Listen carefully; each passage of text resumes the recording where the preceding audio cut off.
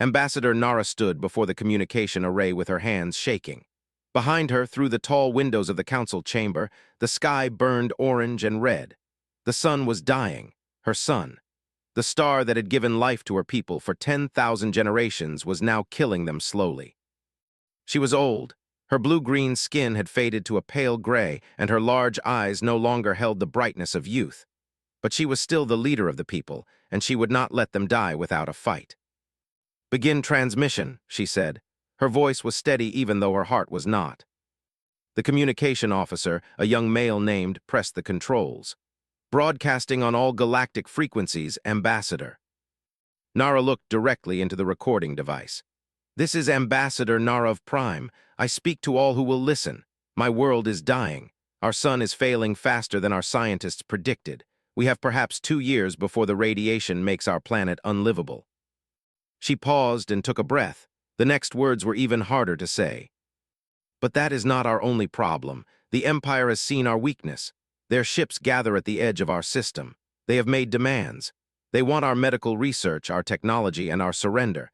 If we do not give them what they want, they will take it by force." Nara felt tears forming in her eyes, but she did not let them fall. "We are a peaceful people. We have no warships. We have no weapons. We have only our knowledge and our hope that somewhere in this galaxy someone will help us. Please, if anyone can hear this message, we need you. We need engineers to save our world. We need healers to save our people. And we need protection from those who would destroy us. Please help us." She nodded too, and the transmission ended. "It is done," she said quietly. "Now we wait." The waiting was the hardest part. Days passed with no response. Then a week. The Galactic Council sent a formal reply that was full of empty words. They expressed concern. They promised to discuss the matter at their next meeting.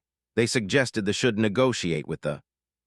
Nara read the message and felt her hope dying like her sun. Other species sent similar replies. The Federation offered to sell them shield technology at prices they could not afford. The collective expressed sympathy, but explained they could not risk conflict with the Empire. Everyone had excuses. Everyone had reasons why they could not help. Then on the 10th day, a new message arrived. Rushed into the council chamber with excitement on his face. "Ambassador, we have received a response from Earth." Nara looked up. Earth. She knew little about the humans. They were a young species, barely a century into space travel. They were small in number compared to the great empires. They were considered primitive by many in the galactic community. "What do they say?" she asked. Read from his data pad.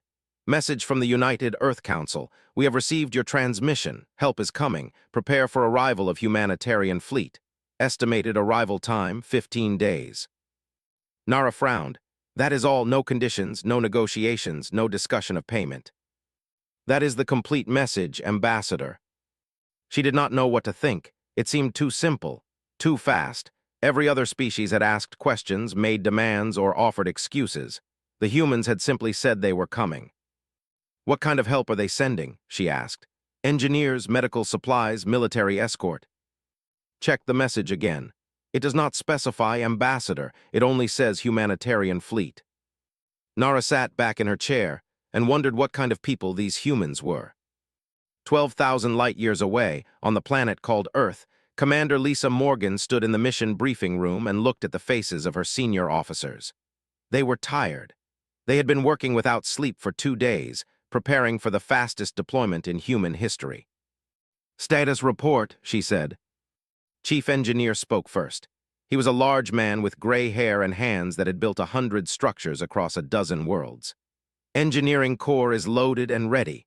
We have construction equipment, prefab shelters, atmospheric processors, and enough raw materials to build a small city.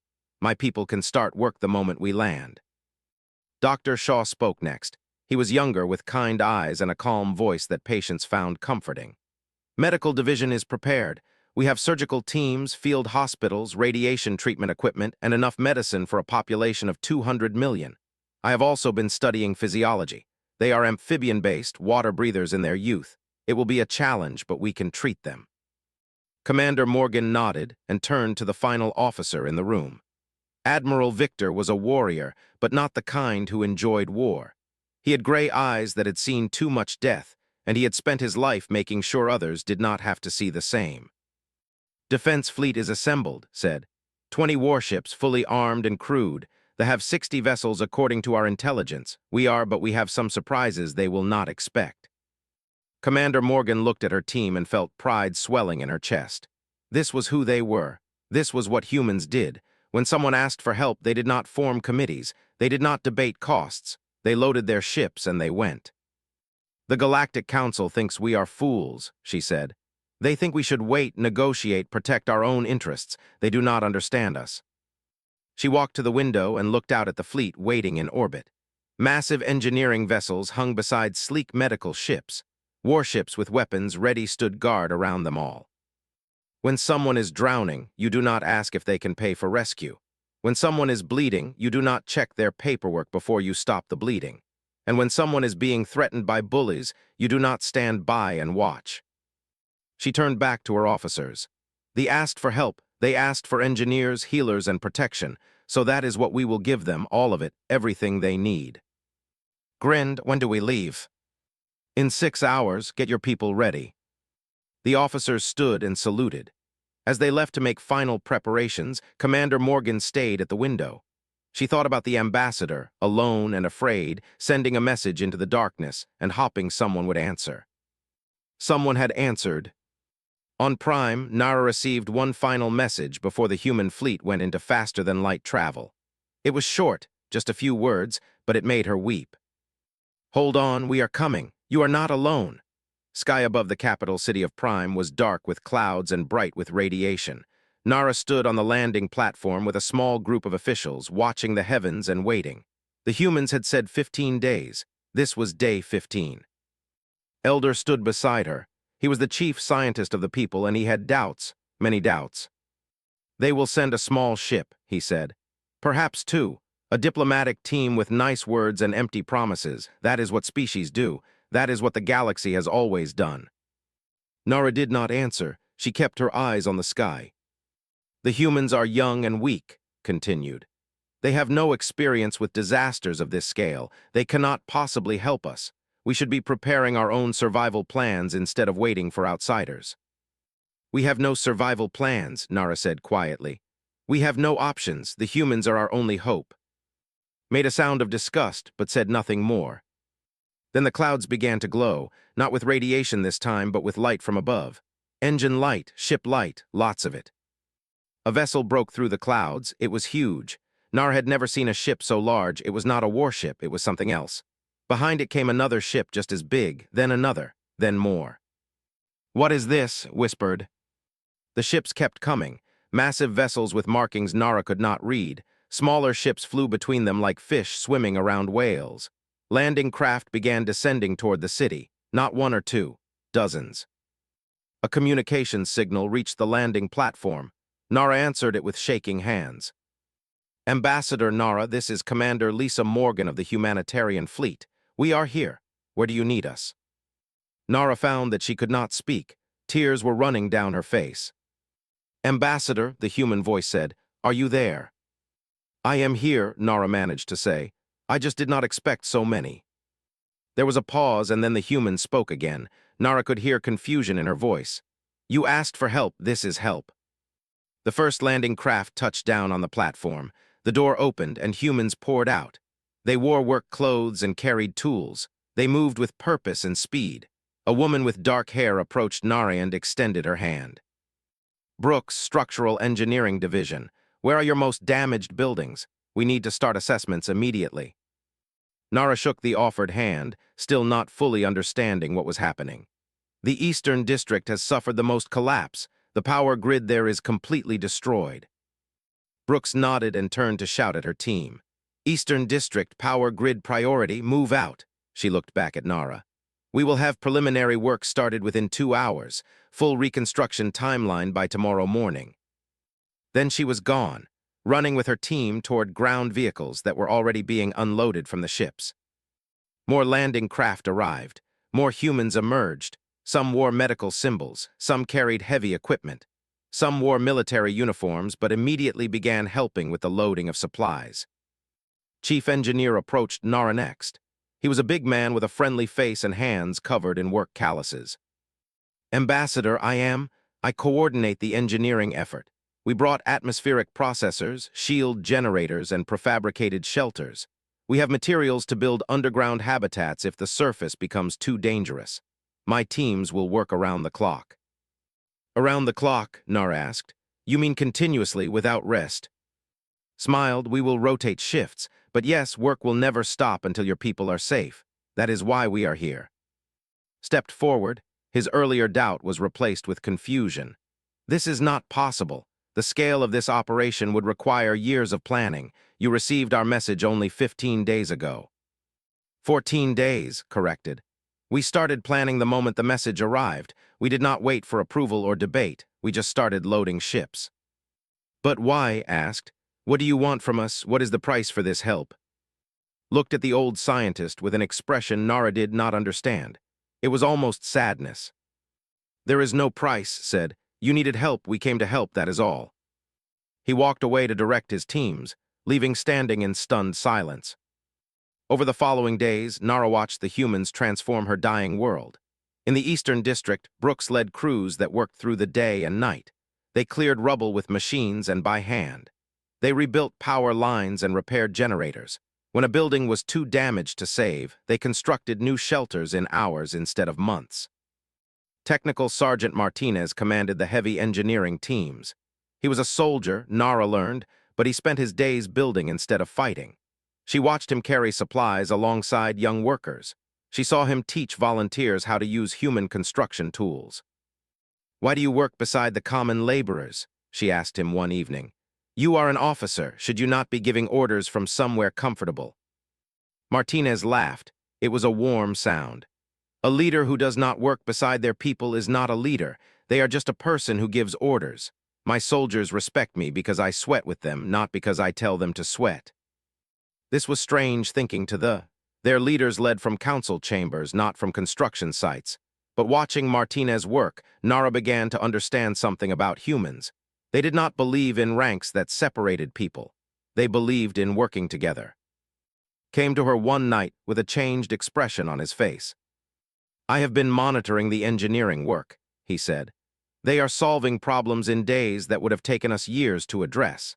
Not because they are smarter, but because they simply refuse to accept that problems cannot be solved." "You doubted them," Nara reminded him.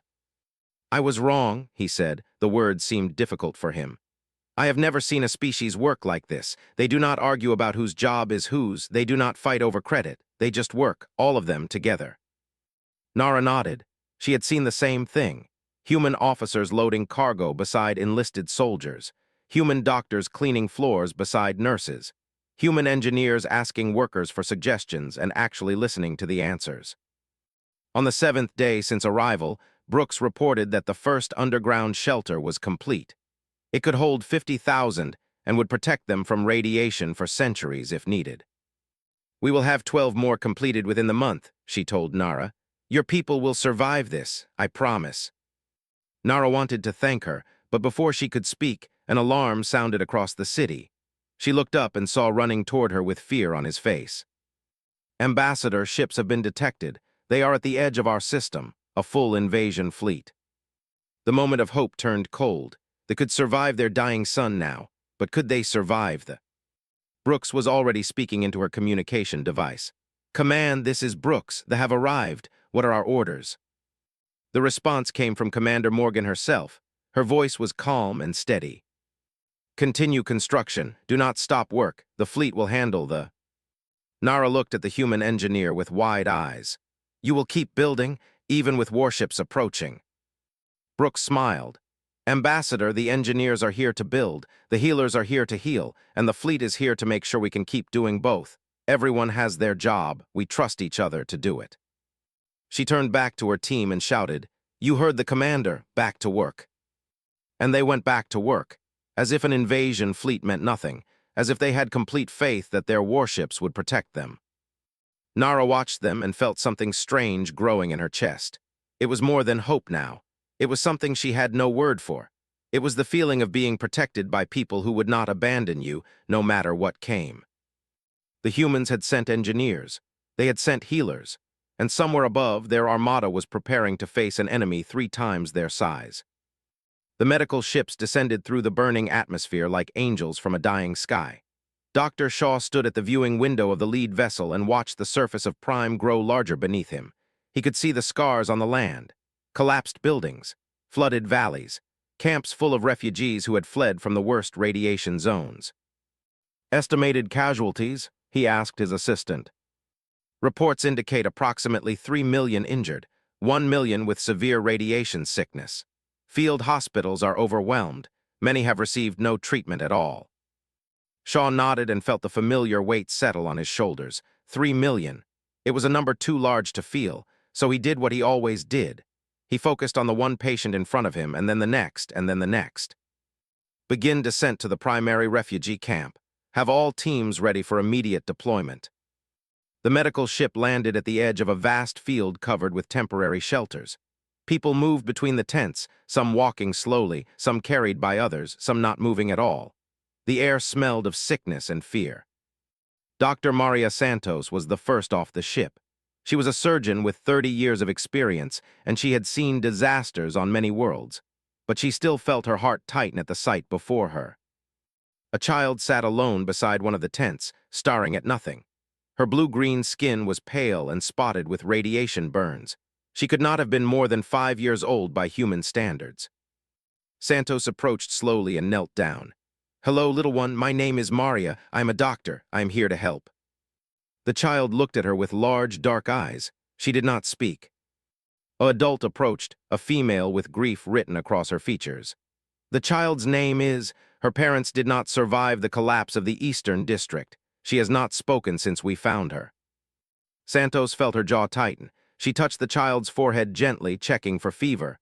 The skin was too warm. "Bring her to the medical tent. We will treat her radiation exposure first. Then we will figure out what else she needs." The field hospitals deployed with military efficiency. White tents rose across the refugee camp.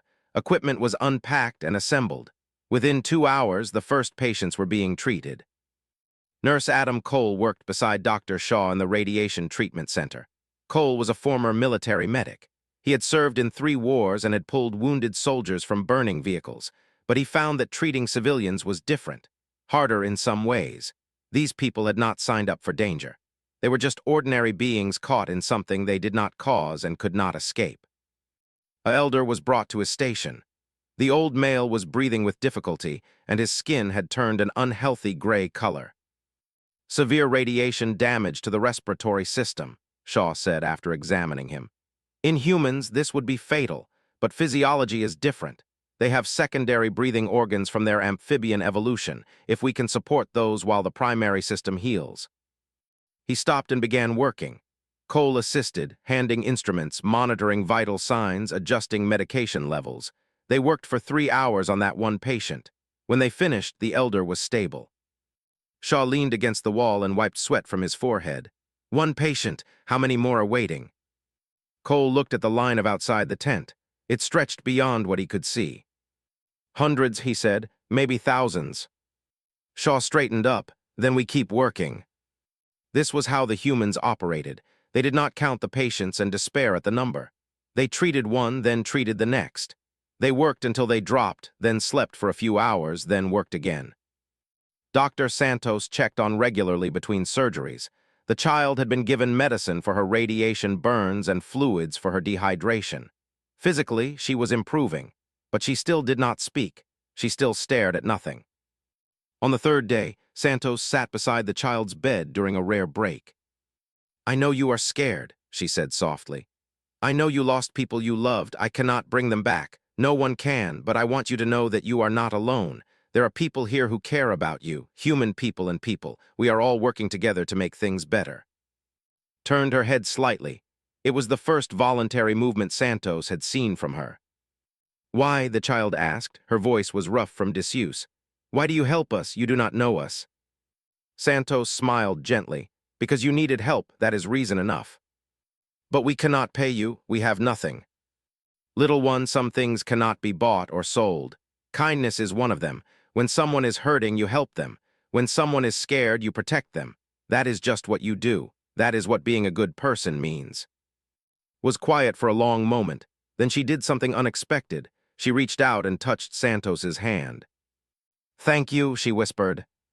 Santos felt tears forming in her eyes, but she smiled through them. "You are welcome, little one. Now rest. You need to get stronger so you can help us help others." The medical work continued day and night. Human doctors learned anatomy through practice and collaboration. Physicians taught humans about treatments that worked for their species. The two groups became one team, working side by side without barriers. Dr. Shaw developed a new treatment protocol by combining human radiation therapy with regeneration techniques. It was something neither species could have created alone. Together, they saved patients who would have died under either treatment separately. They began calling the human medical staff a word in their language that roughly translated to soul menders.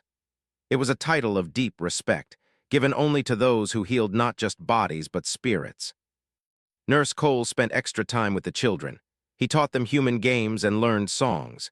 He sat with those who could not sleep and told them stories about Earth, about oceans and mountains and cities full of life. He reminded them that there was a whole galaxy out there and they were part of it, and they mattered. On the 7th day, Ambassador Nara visited the medical camp. She walked through the tents and saw humans and working together in perfect cooperation. She saw patients who had been dying now sitting up and eating. She saw children laughing at a human nurse who was making funny faces. She found Dr. Shaw reviewing treatment records and approached him. "How many have you saved?" she asked. Shaw looked up. He seemed tired but calm. "We do not count like that, Ambassador. We just treat everyone who needs treatment. Every life matters equally. Every patient deserves our best effort. Even when there are too many, even when you cannot save them all. Especially then, when you cannot save everyone, you save everyone you can. You do not give up because the task is hard. You work harder." Nara shook her head slowly. "I do not understand your species. You give everything and ask nothing in return. You work until you collapse and then work more. Where does this strength come from?" Shaw smiled.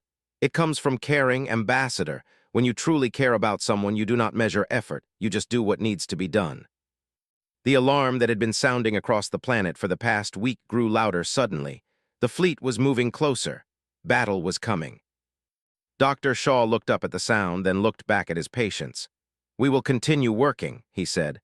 "Whatever happens in space, these people still need healing. The fleet will do their job. We will do ours." Nara watched him return to his work, moving to the next patient, checking vital signs, adjusting treatment. Around him, the other humans did the same. No panic, no fear, just focused dedication to the task of saving lives. The bridge of the USS Resilience was quiet except for the hum of engines and the soft beeping of sensor equipment. Commander Lisa Morgan stood at the center console, watching the tactical display. 60 red dots moved slowly across the screen. The invasion fleet. 20 blue dots waited in formation between the red dots and the planet below. The human defense fleet. "Admiral, what is your assessment?" Morgan asked. Admiral Victor stood beside her, his gray eyes fixed on the display. He had commanded warships for 30 years. He had fought in battles where the odds were bad, but he had never seen odds quite like this. 3-1, he said calmly. "They have more ships, more guns, and more experience. On paper, we cannot win." "And off paper," almost smiled. "Off paper, they have never fought humans before. They do not know what we can do when we are protecting something we care about." Lieutenant spoke from her tactical station. "Sir, the fleet has stopped at the outer defensive perimeter. They are broadcasting." "Put it through," Morgan said. The face of a commander appeared on the main screen. Captain Ra was tall and angular, with scales that shimmered green and gold. His eyes held the confidence of someone who had never lost a battle. "Human vessels, you are interfering in affairs. They have resources we require. Their world is dying and they cannot defend themselves. This is the natural order. The strong take what they need from the weak. You are visitors here with no stake in this conflict. Leave now and you may go in peace. Stay and you will be destroyed." Morgan stepped forward so her face was clear on the return transmission. "Captain Ra, my name is Commander Lisa Morgan. I speak for the human fleet. We are not visitors. We are protectors. They asked for our help and we gave it. That makes them our responsibility. That makes them our people." Ra laughed. It was not a pleasant sound. "Your people? You have known them for less than a month. We have observed them for centuries. You have 20 ships. We have 60. This is not protection. This is suicide." Maybe, Morgan said, but we are not leaving. The commander's expression changed. The amusement faded, replaced by something colder. Then you will die with them, attack formation. The transmission ended. On the tactical display, the 60 red dots began moving forward. Admiral turned to his officers. All ships' defensive positions, protect the planet at all costs. We do not retreat, we do not surrender, we hold the line. Lieutenant coordinated the tactical response. She was young, but her mind was sharp. She had studied the military for years, looking for weaknesses, finding patterns. Sir, they use standard swarm tactics. They overwhelm with numbers and firepower. They expect us to spread out and try to match them ship for ship. And your recommendation? We do the opposite. We concentrate our fire, take out their command ships first, create confusion, use the orbital engineering structures as cover and tactical positions. Nodded, do it. The first weapons fire crossed the space between the fleets, bright energy beams that would have destroyed most ships in the galaxy. The human vessels did not scatter. They held formation and returned fire with weapons they had never seen. Human military technology was different from other species. It was not elegant or refined. It was brutal, efficient, and devastatingly effective. Rail guns that fired projectiles at incredible speeds, missiles with guidance systems that could not be fooled, energy shields based on principles other species had abandoned as impractical. The first warship exploded under concentrated fire from 3 human vessels, then a second, then a third. Captain Ra watched from his command ship with growing disbelief. How is this possible? Their ships are smaller, their fleet is weaker. How are they destroying my vessels? His tactical officer had no answer. The battle raged across the space above Prime. Human ships took damage. The USS Defiant lost its main engines. The USS Hamilton was hit badly and began to drift, but neither ship retreated. Their crews kept fighting, firing weapons manually when automatic systems failed, sealing breaches with their own bodies if necessary. On the bridge of the Resilience, Morgan received damage reports from across the fleet. 5 ships had taken serious damage. 2 had lost life support on multiple decks. Casualties were mounting. Admiral, we cannot maintain this forever, she said quietly. We do not need forever, replied. We need long enough. Long enough for what? Pointed at the tactical display. New blue dots were appearing at the edge of the system. Reinforcements, he said. The Second Fleet. Commander Morgan stared at the display. 20 more human warships emerged from faster-than-light travel and immediately moved to join the battle. You planned this, she said. I hoped for it. The Council authorized the Second Fleet 2 days ago. They were supposed to arrive in the next week. Apparently, they pushed their engines harder than recommended. The arrival of the reinforcements changed everything. The now faced 40 human warships instead of 20. The battle that had been a struggle became something else entirely. Human ships worked in perfect coordination. They covered each other, supported each other, fought as a single unit rather than individual vessels. When one ship was damaged, others moved to protect it while repairs were made. When an attack focused on one target, others responded with overwhelming counterfire. Captain Ra watched his fleet being systematically destroyed and felt something he had never experienced before: fear. Order all ships to pull back, he said. His officers looked at him with shock.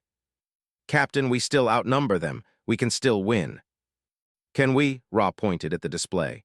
We have lost 18 ships. They have lost none, not one. We damage them and they keep fighting. We destroy their systems and they repair them under fire. We outnumber them and it does not matter. He turned to face his tactical officer. I have conquered 100 worlds. I have never seen a species fight like this. They are not fighting to win. They are fighting to protect. There is a difference. A species fighting to win will retreat when the cost becomes too high.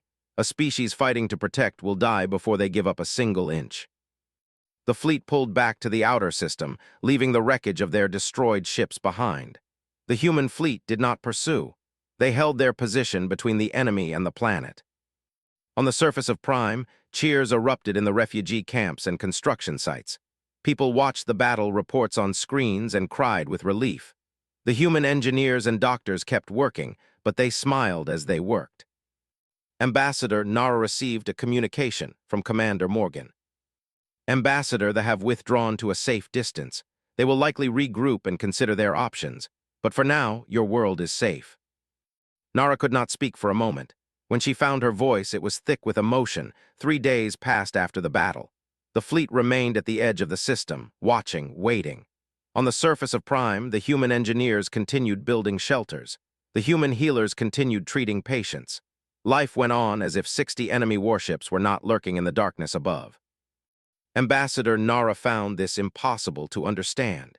She visited Commander Morgan aboard the Resilience to ask the question that had been burning in her mind. "Why are you not afraid?" she asked. "Why do your people work and laugh and live as if there is no threat that could attack again at any moment?" Morgan was standing at her usual position by the bridge window, looking out at the planet below. She turned to face the ambassador with a gentle expression. "We are afraid," she said. "Fear is natural, but fear does not control us. We have a job to do, and we do it. If we let fear stop us from living, then the enemy has already won without firing another shot." Nara sat down slowly. "I have led my people for 40 years. I thought I understood courage, but I have learned more about it in these few weeks than in my entire life." Before Morgan could respond, Lieutenant spoke from her station. "Commander, the fleet is moving. They are approaching the defensive perimeter." Morgan walked quickly to the tactical display. The 60 red dots that had been sitting still were now advancing. This time they were arranged differently, a formation more cautious. "Captain Ra is hailing us," said. "Put him through." The commander appeared on screen. He looked different than before. The arrogance was gone from his eyes. Something else had replaced it. Respect, perhaps, or wariness. "Commander Morgan, I have thought much about our last encounter. I have reviewed the battle records. I have studied your tactics and your technology. I have realized something important." "And what is that?" "I cannot defeat you. Not today, perhaps not ever." Ra paused, as if the words were difficult to say. "My fleet is larger, but your ships fight with a spirit I do not understand. My soldiers follow orders, but your soldiers fight for belief. That is a difference I cannot overcome with numbers alone."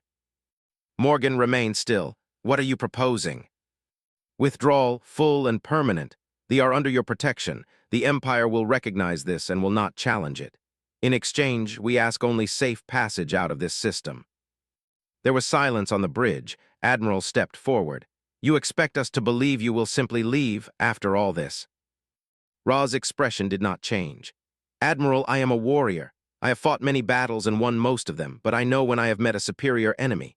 The humans are that enemy. Not because of your weapons or your ships, but because of what you are. You do not fight for conquest or resources. You fight for others, for strangers, for people who have nothing to offer you. I do not understand this, but I recognize its power."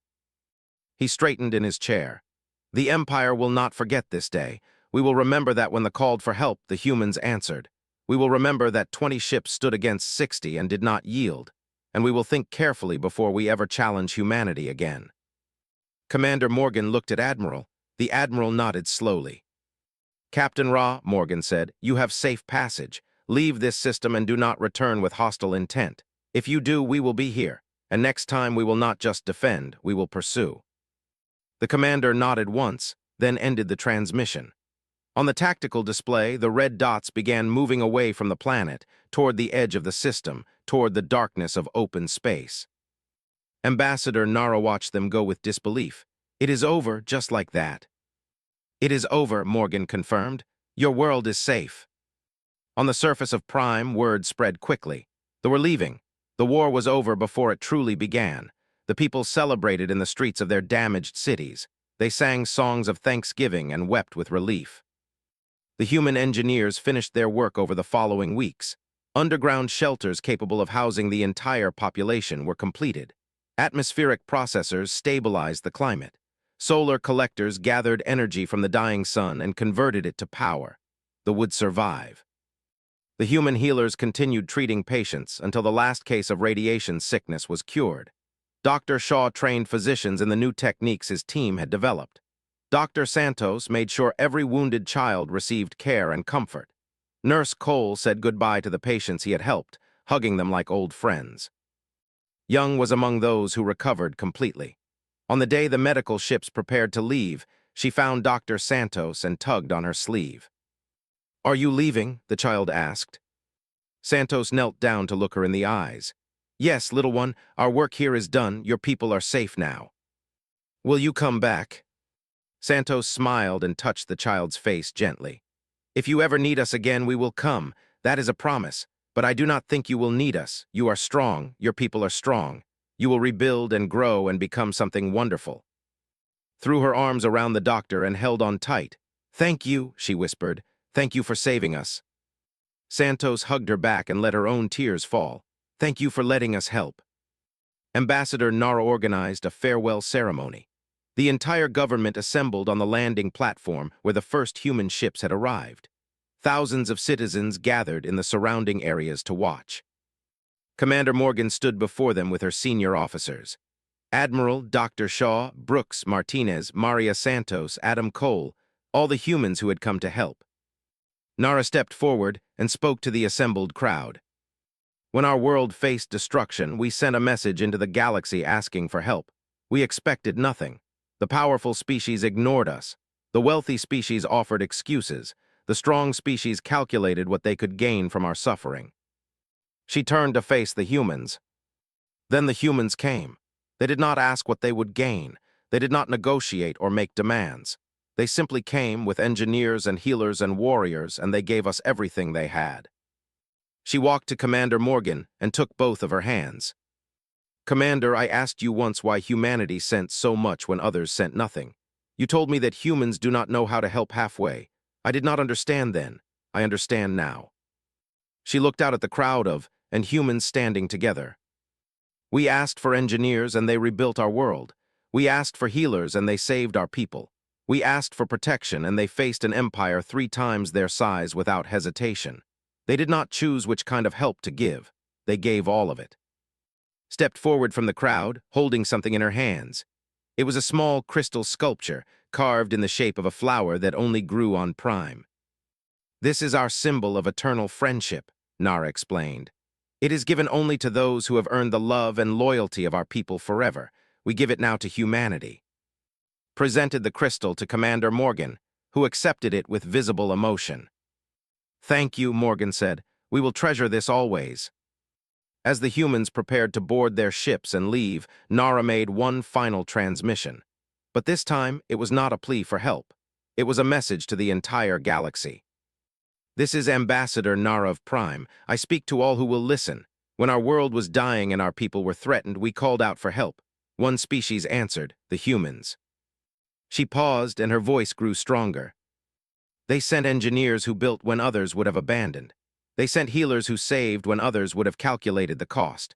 They sent warriors who fought when others would have retreated. They taught us what true strength looks like. It is not power or wealth or numbers. It is the willingness to protect others, no matter the cost. She looked up at the sky, where the human fleet was preparing to depart. To any species facing darkness, know this. You are not alone. The humans will come. They will help. Not because they must, not because they gain, but because that is who they are. That is what it means to be human. The message broadcast across the galaxy. It reached the Galactic Council, where representatives whispered to each other about what it meant.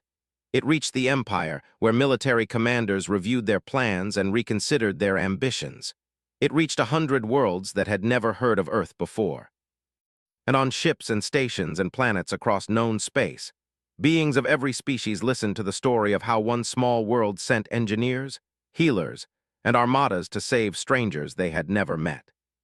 Some called it foolish, some called it naive, but many more called it something else. They called it human. And quietly, secretly, they began to hope that one day, if they ever needed help, the humans might come for them too. The end.